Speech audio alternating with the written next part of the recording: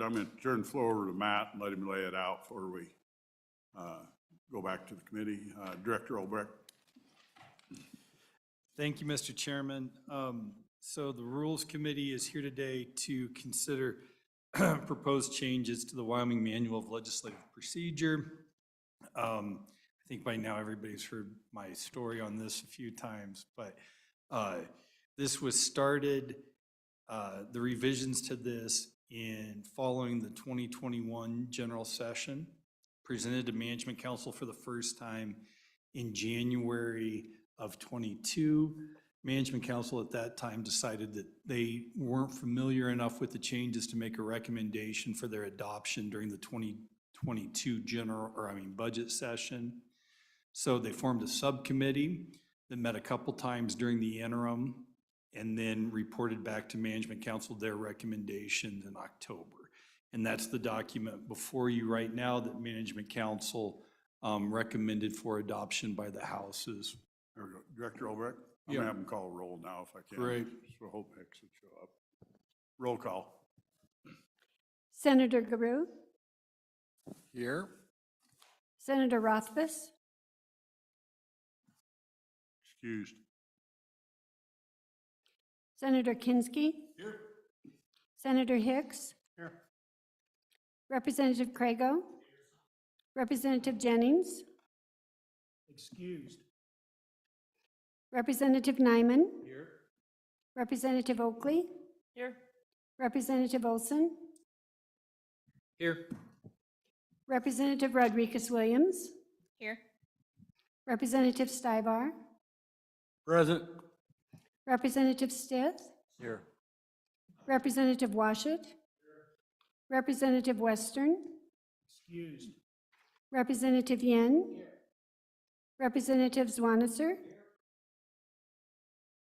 Co-Chairman Summers. Here. Co-Chairman Driscoll. Here. Rothfuss is here. Oh, okay. Director Olbrecht, back to you again. Thank you. Mr. Chairman, members of the Joint Rules Committee, we can go through these changes if you want, page by page. I can give a high-level overview of each one. Director, I'd like the high-level overview unless any member wants to object.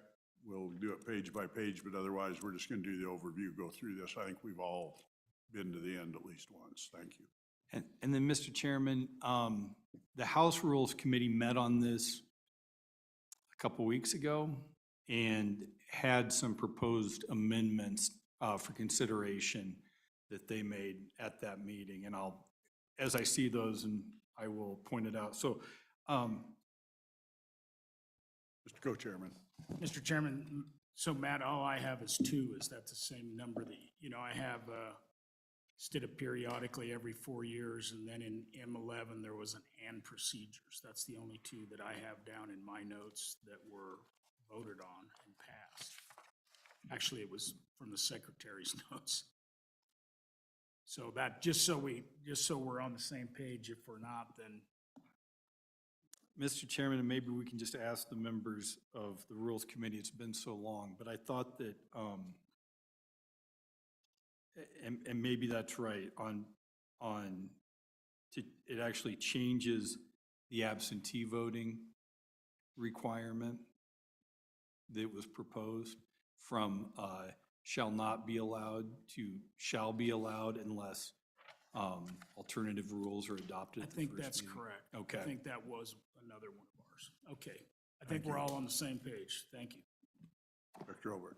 Okay. Mr. Chairman, on the first introduction page, you can see that Management Council recommended striking that the manual is reviewed by council at least every 4 years, to change that to periodically. The House thought it would be good to change it back to at least every 4 years. So that was the first House amendment. Mr. Chairman, turning now to page 1, part 1 was added to specify what precedential value the manual has. in relation to the rules on the House or Senate, and states that a provision of the manual may be suspended as to a particular action by a majority vote of the elected members of the House or Senate for actions in their respective body. A ruling of a presiding officer based upon an interpretation of the manual or based upon an application of a provision of the manual, which is noted as precedent or practice of the legislature, shall be subject to appeal to the body of the House and a majority vote thereof. And then 3 clarifies that nothing in this section shall be interpreted to supersede the required vote to rescind, change, add, or suspend a rule of the Senate or of the House or a joint rule. Mr. Chairman, also kind of a big addition here is the number of co-sponsors allowed to be sent out over the extranet on page 1. I think the House Rules Committee discussed changing that to 15, but in the end left it at 15. There's nothing really on page 2 that jumps out at me as anything that needs to be discussed. Same with page 3. Page 4 clarifies the new, or the procedure, page 4 onto page 5, for return of a committee report, and especially if a bill has a due pass motion that has failed, the clarification of that in the manual to the practice of the House and Senate.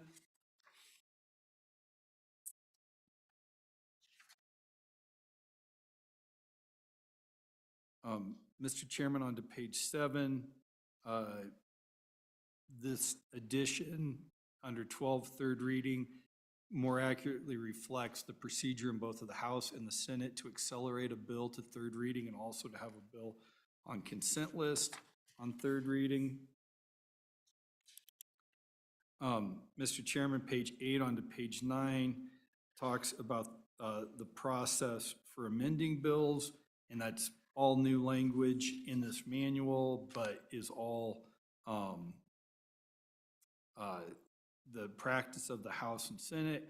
One thing I would note for House members, though we've talked about this, is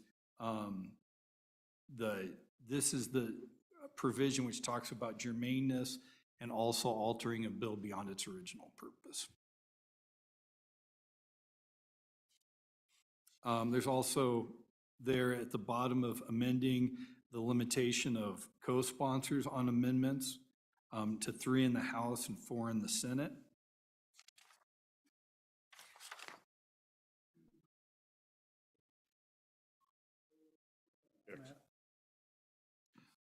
Senator, or Mr. Chairman, Senator Hicks, I think you asked where that was at? Yeah. Okay, that's on page 9.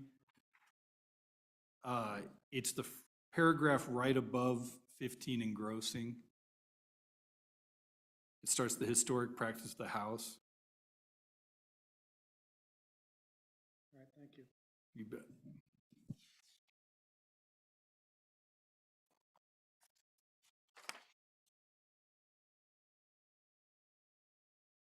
Mr. Chairman, on to page 10, talks about, provides for actions in conference committee, and the provisions of Mason that limits a conference committee, gives an example of what a difference between 2 houses may be that the first conference committee could find agreement on.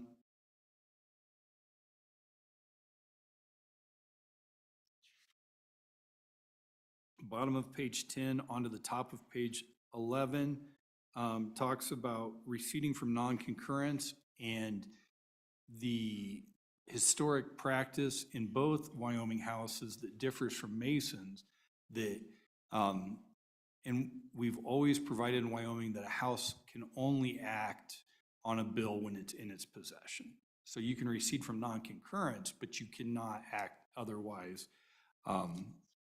if the bill is not in your possession. So that clarifies that there. On page 11, this new language is important. Talks about the historic practice of if the legislature has not returned sine or adjourned sine die, but if you've just recessed or adjourned for the day, that doesn't allow the governor to pocket veto a bill or hold on to it by your adjournment for the day. The historic practice of the legislature and of the governors has been to return that bill to either the chief clerks or to me. So, and with this governor and with the past administrations, we've worked that out with them.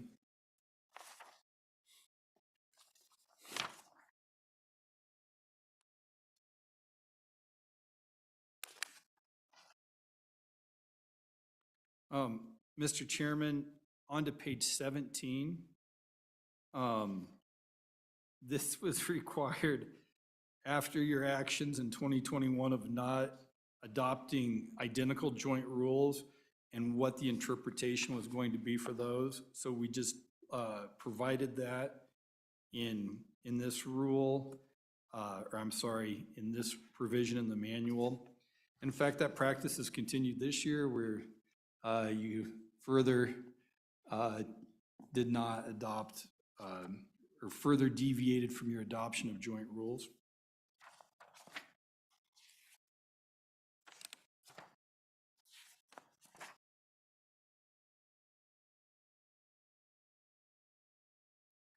Mr. Chairman, on to Appendix B, the third page on Appendix B. This talks about the House's historic practice of dividing the Committee of the Whole report. Now, the Senate does not have this practice. It really doesn't need to because you can make a motion to reconsider in the Senate in Committee of the Whole, and you can't in the House. That's why the House has used this practice of dividing the Committee of the Whole report. And we just clarify that or provide for that there. The new paragraph 15 talks about the ayes and noes being taken in Committee of the Whole and when that's not allowed, and the one exception of when it is allowed.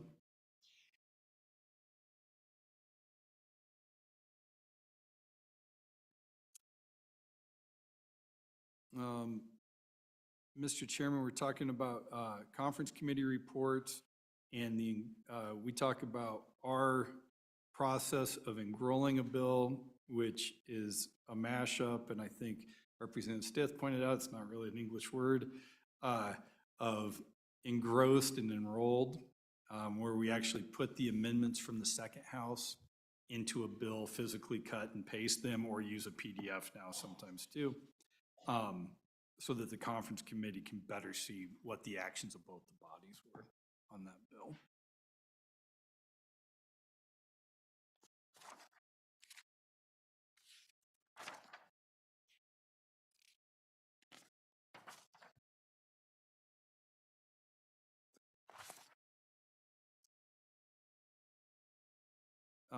Mr. Chairman, we added a new motion, a couple new motions, but both of them are just for motions for late introduction of a bill or resolution for a general session during a budget session on the back of page F3, so in Appendix F.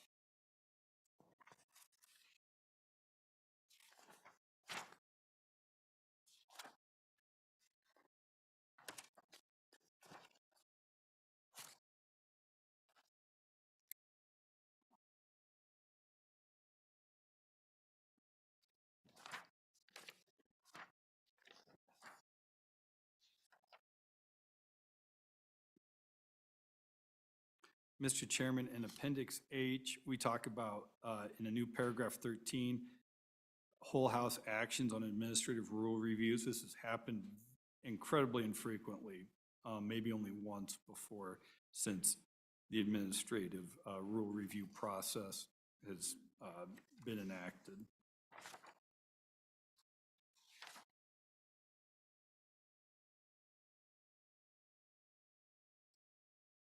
Mr. Chairman, on Appendix I,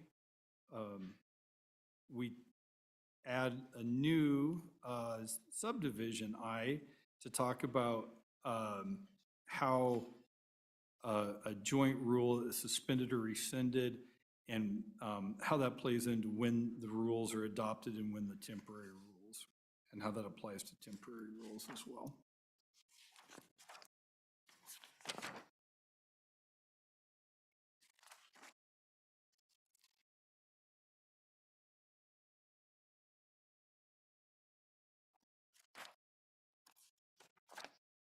Mr. Chairman, Appendix M, we removed because they're redundant. They don't need to be in the manual. They're already attached to the joint rules.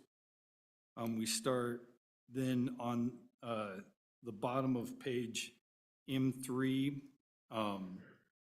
which first paragraph is the current interpretation of the joint rules that don't match for the House and Senate that provide for interim committee activity, and the LSO interpretation of those joint rules. Paragraph 2 is a new provision of proxy and absentee voting in joint interim committees. It states proxy voting shall not be permitted in joint interim committee. Absentee voting in joint interim committee is subject to the discretion of the chairman. In exercising discretion, the chairman shall announce the standard at the first regularly scheduled meeting of the committee and apply the same standard throughout the biennium. If the chairman fails to announce a standard at the first regularly scheduled meeting of the biennium, absentee voting shall not be permitted. Absentee voting in joint interim committee shall only be allowed for members who have attended a substantial portion of the committee's discussion on the issue. My recollection is that the House Rules Committee voted to take, to actually state that if the chairman failed to announce the standard at the first regularly scheduled meeting, the absentee voting shall be permitted. Okay.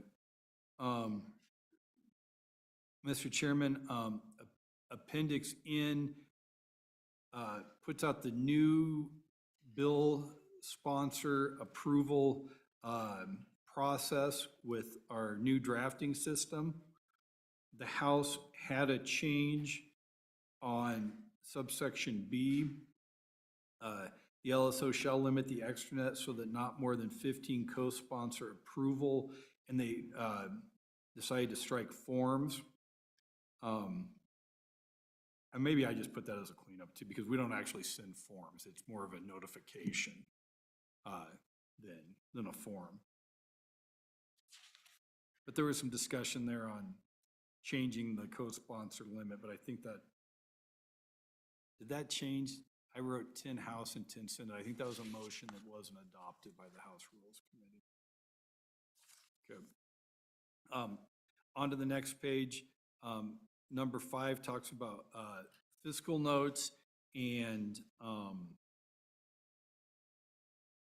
what happens if there's a disapproval from the sponsor of the fiscal note and the procedure we follow in that case. Appendix O deals with our new amendment procedures, the confidentiality and the distribution of amendments. Appendix P is the substitute bill procedures. And Appendix Q is new, and I believe it was Senator Hicks at the October Management Council meeting that asked that we put this all in one place, clearly stated, so that we could, that everyone knew the procedural hierarchy and a place that could go to look at that. So, Mr. Chairman, there you go. That's a pretty high-level overview of these changes. Well done. Correction or questions for Director Olbrich? Mr. Chairman. Chairman Summers. Mr. Chairman, thank you. Just, you know, at some point, the new draft needs to have the page numbers cleaned up, right? So I'm hoping you got that. Mr. Chairman, there actually are cleaned up in the version I have. I think the version that was sent out earlier had, that you've got does not have the correct, but they have been corrected. And then what we'll do too we'll also clean up the table of content as well. Very good, thank you. Further questions? Further questions? Thank you, Director Olbrich. Committee, it's your pleasure. I'd make a motion, I'd move the manual, And it's been moved and seconded. Discussion. Chairman. I should ask for any public comment as well before we get much further. Go ahead, Mr. Co-Chairman. Go ahead, Asper. Any public comment? Any public comment? None. Thank you. Public comments closed, Mr. Co-Chairman. So, Mr. Chairman, on very first page, Romanet I page, the House would make the motion that instead of going to periodically, we leave in that review at least every 4 years. So just eliminate the strikeout. There's a second. Moved and seconded. Discussion. I have no objection. Anyone? Question being called. All in favor? Aye. Aye. Opposed, no. Adopted. And Mr. Chairman, I think if we go, did we have one on M something? Was there a technical correction on that periodical or procedures? M11 I have down. Just, Matt, just wanted to, if there is an M11. There is. Right here, that's procedures Yeah, page. Q1, add procedures to number 5. So I think we had a, Statutory provisions and and procedures. procedures. Does anybody remember that on the House side? Mr. Chairman, here's what I wrote down. Statutory provisions related, and I think what we wanted to say was, or what the House rules wanted to say was statutory provisions related to processes or procedures. Procedures. Related to legislative procedures. Okay, you've got that? So it would state statutory provisions. Related to legislative procedure. And so that would be my motion, Mr. Chairman. Been moved. Second? Second? Go ahead and second it, and then you Seconded for discussion. discussion. Yep. Senator Rothfuss. Thank you, Mr. President. As opposed to what? What was the concern there? Mr. Co-Chairman. Mr. Chairman, thank you. It's been a while, but I think the concern was that statute should have precedent over custom and usage, but not as it relates to basically to statutory provisions that are about about procedures. So we had a long debate on that, whether, this is my recollection, if any of you have any recollection different, that 5 and 4 could be swapped depending upon your point of view of where statutory lies. And was it Chairman Washut, was this one, I believe this was a concern you had, if I remember correctly. Yes, Mr. Speaker, the concern was, are we overriding statute generally or only statute specific to legislative procedures when we supersede those statutes by rule? And so we want to make it clear to the Wyoming public that this bypassing of statute only pertains to legislative procedures. Mr. Chairman, and I think the concern there is to make sure that, let's imagine it's custom and usage to have a fist fight on Fridays. We want to make sure that the Title VI provisions about battery still being a crime still apply. I think that's kind of the idea. By the way, we don't do fist fights, so that's why it won't apply to us. Thank you. Been moved second. Further discussion. All in favor, say aye. Aye. Opposed, nay. It's passed. Mr. Chairman. Mr. Co-Chairman. Mr. Chairman, and then, Matt, what page is the kind of Well, the Mr. committee Chairman, thing on? the page I've got is M3, but it's under the appendix M, third page. I don't know how it's numbered on your pages. M3. And so, Mr. Chairman, the way this is, the base deal here is if the chairman don't make a motion, if they don't make a motion at the first meeting, then proxies are, or I guess not proxies, but absentee ballots are ballot, prohibited, yeah, are prohibited. The House debated that, I guess finally passed, that we thought it should be the opposite, that the base should be base should be just the opposite. Okay, that's an easy motion to make. You're just swapping it.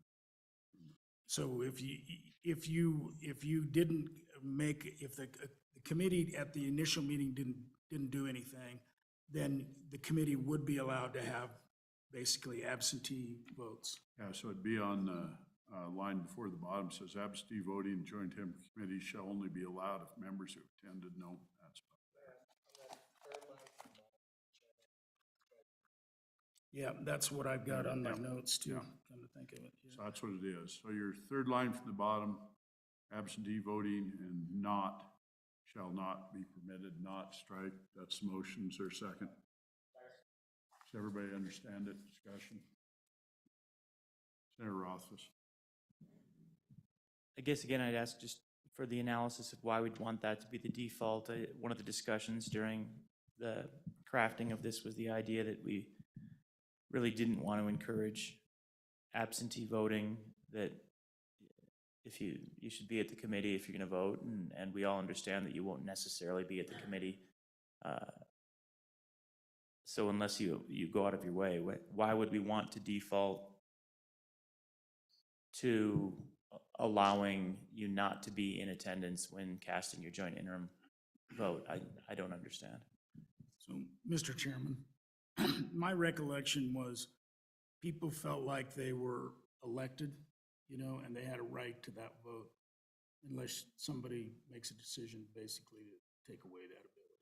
And it was there was a long discussion on this piece, if I remember right. Representative Olson. Yeah, Mr. Chairman, just to add to that, I think that two considerations that we walked through, one is that you are an elected representative and you're entitled to your vote. And that the second piece that adds to that is if a chairman didn't read this manual, a new chairman didn't read this manual, or even an old chairman who had no idea that they had to announce standards and they failed to announce what the rules of their committee are going to be, that it would be held against an individual, and that didn't seem fair just because the chairman didn't do their job. Further discussion? So, Mr. Chairman, I'd make that motion if it hasn't been made. Motion made, is there a second? Made and seconded. Any further discussion? All in favor of voting on not being struck out, 3 lines up on absentee voting, it will be permitted. All in favor say aye. Aye. Opposed, no. Noted, 1 no. It's passed. That's it on our side. I have one proposed potential, and I'll just throw it out, would be if we're going to do it this way, is if the committee does approval, that the chairman can change the policy with consent of the committee. Because that leaves it where if he forgets it like you're talking about, or there's a problem going on, it would give them the flexibility to change it. Because you may get at some point, and I'm looking down at Representative Craigo, that someone doesn't attend anything other than parts of it. And that really is disruptive in a committee. So I'd make a motion that the chairman with approval of the committee can swap in the middle if they need to. I'll second that. Discussion. So if they make a policy one way or the other and you get in the middle and you're having problems with someone not showing up, they're just absentee. He can poll the committee, and by a vote of the committee, they can actually change their own rule, but the committee's got to agree with it. Mr. Chairman, I don't have a problem with giving the chairman that authority, but it says in the rule that to do a absentee vote, they still have to be there for a majority of the meeting. So, yeah, I don't have a problem with that. Yeah. Further discussion? Senator Rothman. The concern I would have with that is if we are going to do it this way, so I announce a policy at the beginning, as a member, I now have the expectation of that policy or the default policy. The idea that I would then leave and the committee would come back and flip on me after I've left and then override my vote is the motion you just made. And that's probably not a good thing to have happen. I think we should leave it as is. I understand the concern, but at the end of the day, set a rule, adhere to the rule. I probably liked it better when there was a default position the other way. Clearly, as a member of a small minority on that one. But I do think it's important that everyone have a uniform expectation throughout the interim so that something doesn't get flipped on them without their knowledge. Thank you. Further discussion? My answer to it is, it takes the committee to swap it over. I don't think they're gonna unreasonably do it, but if you got someone that's abusing that rule, that it gives them an out on it. Senator Roth. As the small side of 4-1 votes more times than I could possibly count, I may have slightly less confidence than you do, Mr. President. Very good. Further discussion? Director Olbrich. Mr. Chairman, maybe I'm just piggybacking on what Senator Grew said here too, but I believe the situation you've described is already covered in these rules. And it's up to the chairman's discretion to decide what is a substantial portion of the committee's discussion. I'll withdraw. So, It's done. Retreat. Wasn't done by you, Senator Rothfuss. That was done by the director, for the record. I think that concludes that we're ready to vote on the manual. Any further amendments? Any further amendments? Seeing none, back to manual. Further discussion? Question. Question being called. That'll be a roll call vote, please. Senator Grew, Aye. Senator Rothus, Aye. Senator Kinsky. Aye. Senator Hicks, I'm leaving the vote open for him. He'll come drop a vote. Representative Crago. Aye. Representative Jennings has an absentee ballot of no. Representative Nyman. Aye. Representative Oakley. Aye. Representative Olson. Aye. Representative Rodriguez-Williams. Aye. Representative Stivar. No. Representative Stith. Aye. Representative Washut. Aye. Representative Western has submitted an absentee ballot of aye. Representative Yin. Representative Zwanitzer. Chairman Summers. Aye. Chairman Driscoll. Aye. Passed the committee. Any further business, committee? Anyone? No, thanks. Meeting's adjourned. Thank you, House. Sorry we ditched you last time.